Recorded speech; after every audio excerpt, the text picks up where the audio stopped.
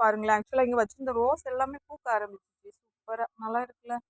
இந்த பூ எல்லாம் அழகா இருக்கா, எல்லாமே அழகா பூக்க ஆரம்பிச்சிச்சு. ஒரு கிராம்பு செடி அது வாங்கி வச்சு அழகா தழுத்துச்சு.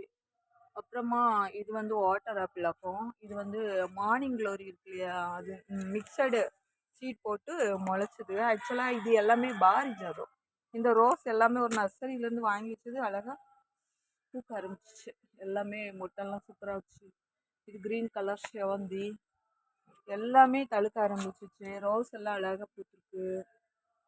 சரிதா, சூப்பராக பூத்துருக்கு. அப்புறமா இது வந்து ஜினிவா வாக்கும். ஜினிவாலாம் நான் ரவுண்டாக வச்சது அழகாக வந்துடுச்சு.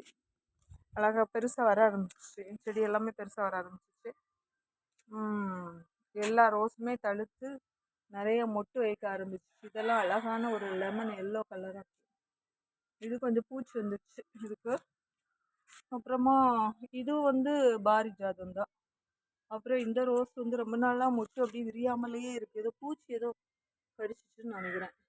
ஆனாலும் அதுக்கு நான் இதெல்லாம் போட்டிருக்கிறேன். அந்த என்ன வேப்ப இலையை வந்து தூளாக்கி மஞ்சள் தூள்லாம் சேர்த்து நான் தொளிச்சிருக்கிறேன். அப்புறம் தான் இந்த மொட்டு விரியவே ஆரம்பிச்சிருக்கு.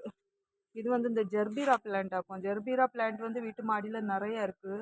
ஸோ அதில் ஒன்று எடுத்து இப்போ தான் கீழே கொண்டு வந்துருக்குறேன். அப்புறமா இது ஒரு வாட்டர் ஆப்பிள் தான். இது இது என்ன சொல்லலாம், இது என்னன்னு சொன்னால் அந்த சங்கு புஷ்பம் இருக்கு இல்லையா, அதில் வந்து அடுக்காக்கும். அதை இந்த மரத்தில் படுத்து விடலாம்னு நினச்சிட்டு இங்கே வச்சிருக்கிறேன்.